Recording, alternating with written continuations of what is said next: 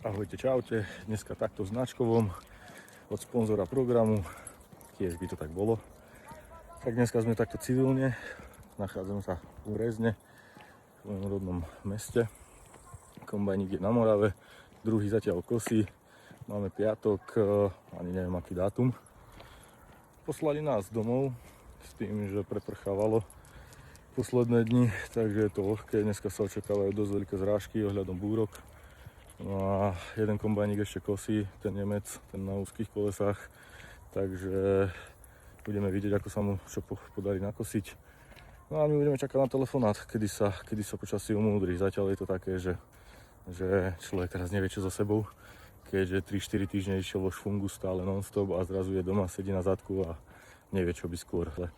Treba si kus aj oddychnúť. No. Takže aspoň takéto malé info odo mňa a pozdravujem vás.